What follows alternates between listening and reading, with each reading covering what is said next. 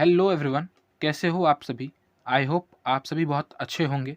तो आज की इस वीडियो में हम बात करने वाले हैं कि पास आउट होने के बाद आपको प्राइवेट जॉब करना चाहिए या फिर गवर्नमेंट एग्ज़ाम की प्रिपरेशन करनी चाहिए। ये एक ऐसा टाइम है या फिर एक ऐसा कंडीशन है जिसमें बहुत सारे लोग जो है इस कंडीशन को फेस करते हैं और बहुत लोग जो है इस क्वेरी को लेकर के परेशान हैं। वैसे तो मैं बेसिकली वीडियोस जो बनाता हूँ वो आइदर किसी एग्ज़ाम से रिलेटेड या फिर कोई स्ट्रेटेजी वीडियो या फिर टास्क के या फिर ऐसे कुछ वीडियोस होते हैं जो आपकी प्रिपरेशन में पढ़ाई में हेल्प करें। बट ये एक ऐसा वीडियो होगा जिसमें जो है मैं आपकी एक कॉमन क्वेरी को क्लियर करूँगा, क्योंकि ये कहीं न कहीं कंडीशन मैंने भी फेस की है और मैंने भी जो है मुझे भी इसमें डिसीज़न लेना पड़ा था और एक बहुत टफ डिसीज़न होता है जो हम सबको लेना पड़ता है और बहुत लोग इसमें जो है परेशान होते हैं। सो इस वीडियो में हम लोग बात करेंगे कि ये कैसे फेस कर सकते हैं इस कंडीशन को एंड इसमें क्या-क्या की पॉइंट्स हैं जो हमें ध्यान में रखने हैं और भी बहुत सारी चीज़ें हैं जिनके बारे में हम लोग बात करेंगे वीडियोज़ में। सो आप लोग मेक श्योर करें कि आप वीडियो में एंड तक बने रहें, ठीक है? और जो लोग ऐसे हैं जो नए हैं, जो पहली बार चैनल पे आ रहे हैं, वो लोग मेक श्योर करें कि वो चैनल को सब्सक्राइब कर लें। तो वीडियो को शुरू करने से पहले एक छोटा-सा इंट्रोडक्शन। तो हेलो गाइस, मेरा नाम बजरंगी गुप्ता है और मैंने एसएससी जेईई 2024 में सिविल इंजीनियरिंग से 77th रैंक अचीव किया है और मुझे सीपीडब्ल्यूडी डिपार्टमेंट में सिलेक्शन मिला है। इसके साथ-साथ मैंने इसरो टेक्निकल असिस्टेंट और सेल ओसीटीटी जैसे पीएसयू के एग्ज़ाम्स भी क्रैक किए हुए हैं और मोर देन 1 ईयर हो गए हमें इस यूट्यूब चैनल के माध्यम से सिविल इंजीनियरिंग एस्पिरेंट्स को गाइड करते हुए। तो अगर आप भी सिविल इंजीनियरिंग एस्पिरेंट हैं या फिर आप भी सिविल इंजीनियरिंग बैकग्राउंड से बिलॉन्ग करते हैं और किसी भी एग्ज़ाम के लिए प्रिपेयर करने की कोशिश कर रहे हैं, एई जेईई एग्ज़ाम की प्रिपरेशन करने की कोशिश कर रहे हैं, तो आप मेक श्योर करें कि आप चैनल को सब्सक्राइब कर लें, जिससे कि आप भी हमारे साथ जुड़ करके अपने सिविल इंजीनियरिंग के इस जर्नी को जो है और बेहतर बना सकें। सो वीडियो को शुरू करते हैं। यहाँ पे जो है 4 की पॉइंट्स हैं जिनके बारे में हम सभी को सोचना पड़ता है ये डिसीजन लेने से पहले। पहला है फाइनेंशियल इशू, दूसरा है सोशल इशू, तीसरा टाइम मैनेजमेंट और चौथा है रिजल्ट एंड कंक्लूजन के बारे में। सबसे पहले हम बात करते हैं फाइनेंशियल इशू के बारे में। तो अगर आप जॉब करोगे, ठीक है, तो आप जो है इंडिपेंडेंट हो जाओगे। इंडिपेंडेंट हो जाओगे मतलब कि आपको जो है किसी भी तरह का आई मीन इंडिपेंडेंट मतलब कि आप जो है खुद के खर्चे उठा लोगे एंड फैमिली को भी कुछ सपोर्ट कर पाओगे। बट आप जानते हो कि सिविल इंजीनियरिंग बैकग्राउंड में जो है आपको कितना पैसा मिलने वाला है, ये मतलब छुपा हुआ नहीं है, ठीक है।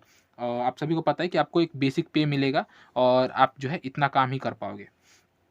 इसके बाद बात करते हैं अगर सोशल इशू की, तो सोशल इशू में आप सभी का होता है कि जैसे कि अब लड़के ने पढ़ाई कर ली एंड अब घर पे आके बैठा है, फिर प्रिपरेशन कर रहा है, तो ये कहीं न कहीं सोसाइटी में हम सभी को जो है एक ऐसा है कि सभी लोग इस चीज़ को जो है नेगेटिव एज़ लेते हैं और कहीं न कहीं जो है परेशान करते हैं, ठीक है?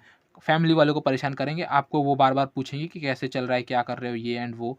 तो वो चीज़ वो एक होती है जो कहीं न कहीं आपको परेशान करती है।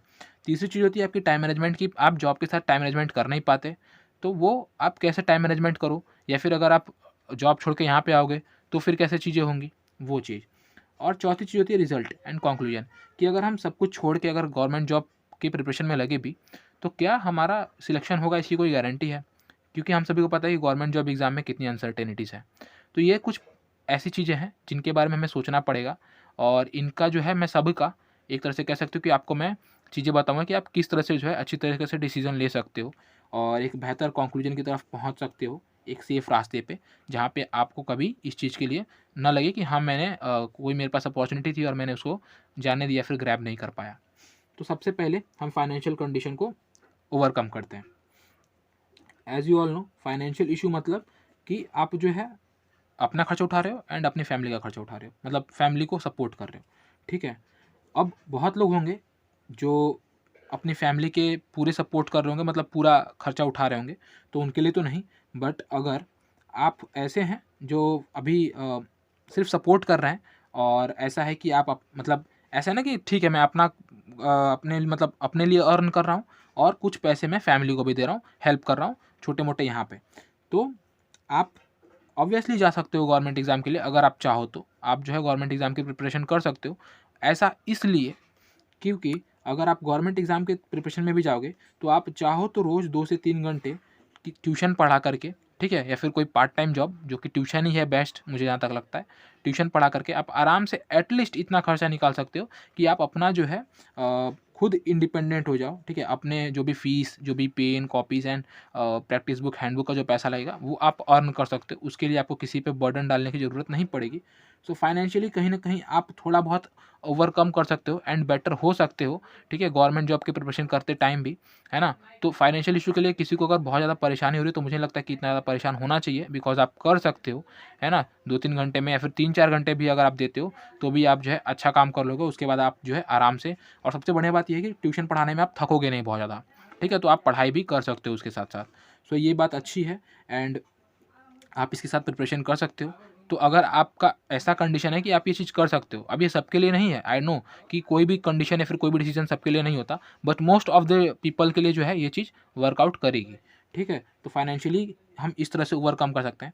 रह गई बात सोशल इशू, तो सोशल इशू मतलब कि सोसाइटी क्या बोलेगी, अगल बगल के पड़ोस के लोग कैसे क्या रिएक्ट करेंगे अगर हम अब जाके बैठे हैं पढ़ने के लिए, तैयारी करने के लिए, कुछ दिन प्राइवेट जॉब करने के बाद या फिर पढ़ाई करने के बाद फैमिली वालों पे प्रेशर आएगा, फैमिली वालों को बार बार लोग पूछेंगे।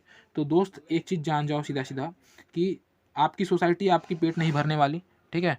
आपकी सोसाइटी आप बात करने के लिए हमेशा अवेलेबल रहेगी।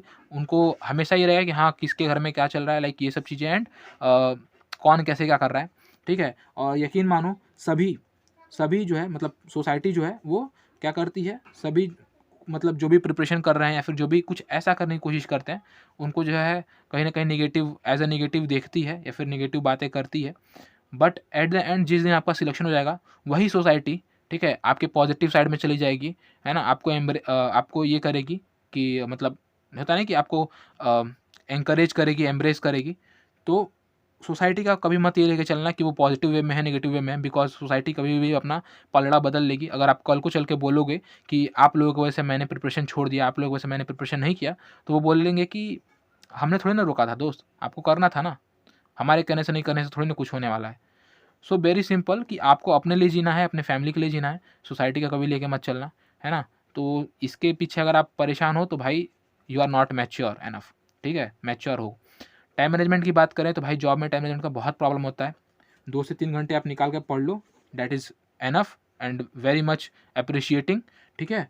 बट क्योंकि इतने पढ़ाई से आपका कुछ होने वाला नहीं है, सो ऑल यू नो कि इस पढ़ाई से तो कुछ होने वाला नहीं है, आप पढ़ते रह जाओगे, सालों-साल लग जाएँगे, एक तरफ से पढ़ोगे, एक तरफ से भूलता चला जाएगा।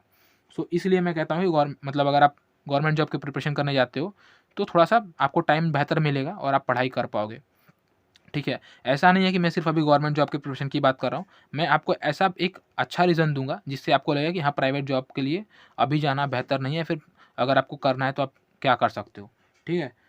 तो अब देखिए, बात हो गई टाइम मैनेजमेंट की, उसके बाद रिज़ल्ट एंड कंक्लूजन में, यहाँ पे हम पूरी तरह से बात करते हैं फुल फ्लेज्ड कि भाई देखो, एक जगह पे है आपका प्राइवेट जॉब, ठीक है?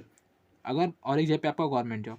अगर मैं कहता हूँ कि आप प्राइवेट जॉब करते हो, फाइनेंशियली ठीक है, थोड़ा-सा आप कमा रहे हो, फाइनेंशियली मैं यहाँ पे भी मैंने आपको ओवरकम करके दिया चीज़, ठीक है? तो यहाँ पे भी दोनों लेवल बराबर हो गए। सोशल इश्यू का मैंने बताया तो भाई सोशल इश्यू जैसा कोई चीज़ होता ही नहीं है, उसके बारे में तो आपको सोचना ही नहीं चाहिए।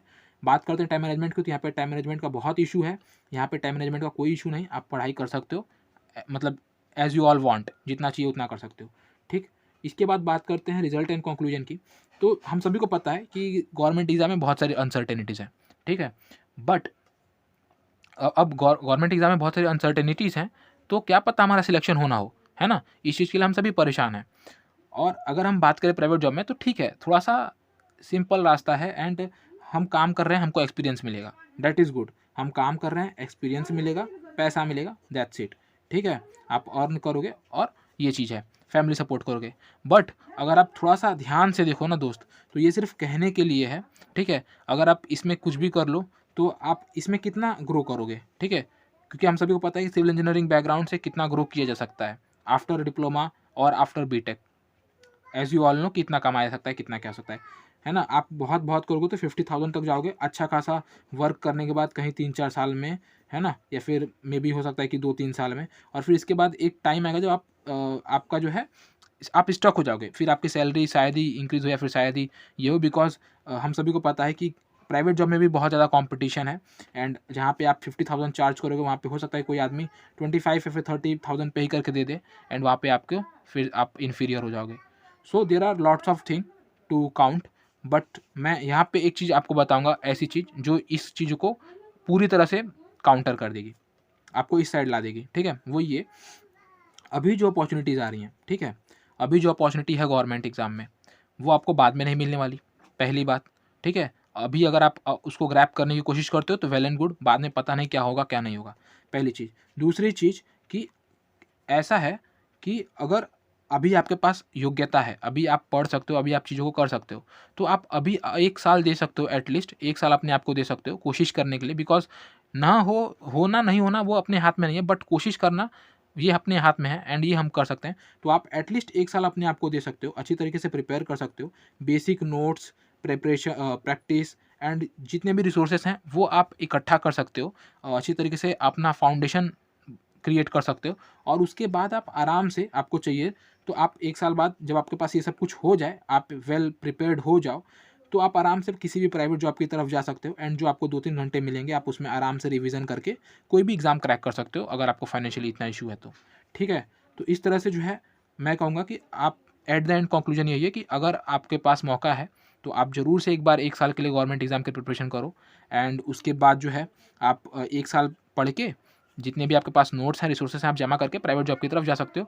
Private job is always there, ठीक है। ये ऐसा ऑप्शन है जो आप कभी भी ग्रैब कर सकते हो, थोड़ा-सा यहाँ वहाँ स्ट्रगल करके। बट अभी के जो अपॉर्चुनिटीज़ हैं, उनको ग्रैब करना अगर वो निकल गए हाथ से, तो वो नहीं आने वाले। चाहे वो हम एज वाइज़ बात करें, चाहे वो हम मतलब एज़ लर्निंग वाइज़ बात करें, ठीक है, हर तरह से। सो ये था आज की वीडियो में। आई होप कि ये जो चीज़ें मैंने आपको बताई, वो ये आपको डिसीज़न लेने में हेल्प करेगा और मैंने तो यही मेंटालिटी देखी थी और इसी मेंटालिटी से जो है जॉब छोड़ के प्रिपरेशन में आया और मेरा डिसीजन जो है कहीं न कहीं सही साबित हुआ। और हो सकता है कि आप लोग में से बहुत लोग बोलें कि ये सबके साथ पॉसिबल नहीं है, सबका सिलेक्शन होना ज़रूरी नहीं है।